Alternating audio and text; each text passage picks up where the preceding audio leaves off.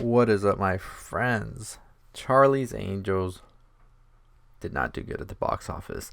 I myself have not seen this movie, but the reason I want to make a video is because I see a lot of people talking about why this movie did so bad. Many people are, like the director, blaming men not wanting to go see this movie, but if you look at the box office numbers, I think most people didn't want to go see this movie. And there's many reasons for that. And first of all, let me tell you, I did not even know this movie was already out. I just found out it was out because I saw the headlines. The movie made $8 million and came in third on a release that was supposed to be huge, apparently. Now, first of all, I think this movie did bad. One, because of marketing. I really didn't see this movie being marketed that well, or even at all. Number two, Charlie's Angels.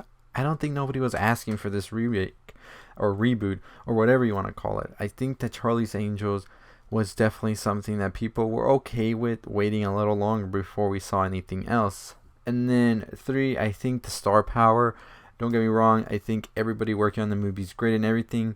But when you really want to make a movie hit hard, and especially in the box office numbers, I'm sorry, but names are everything nowadays in Hollywood, or it's always been like that. And I can sit here and say that I don't think everybody was really wanting to see Kristen Stewart because although she has proven herself after her Twilight career to be a pretty good actress in some of her movies, there are still people that don't see her that way. Just as how Robert Pattinson's getting bashed for his Twilight movies for being the new Batman, but people really haven't been keeping up with his latest films, which show that he is a pretty good actor. I sound like a caveman. But I just don't think that that was enough for people to go see this movie. The other actresses in this movie, great and everything, but they still don't have an established name out in Hollywood for people to be like, I want to see that movie because of this. Sort of how Passengers had two big names, even though it wasn't that great of a movie, people still went to see it because you had these two big actors in that movie. But that was one of the things I think that Charlie's Angels messed up on there. Also, I feel there was a lot of alienation going on with the way the marketing for the movie was, where it was pretty much saying like, oh, we're targeting these people only.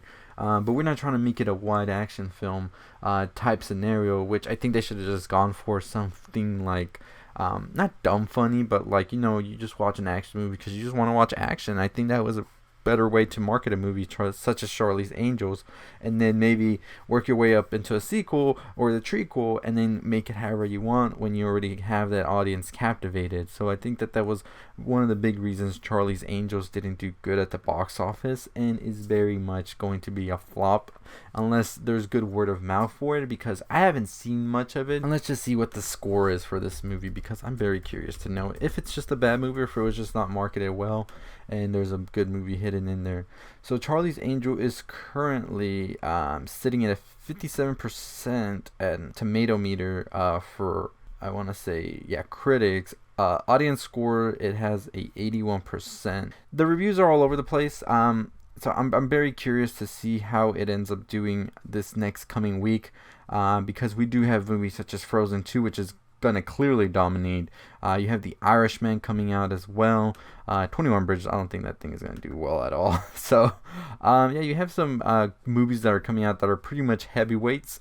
I think Frozen 2 and The Irishman are definitely gonna dominate the box office this coming weekend. So it doesn't look good for Charlie's Angels. So we're just gonna have to wait and see how it does as time progresses. But what are your thoughts? Why do you think it did so bad?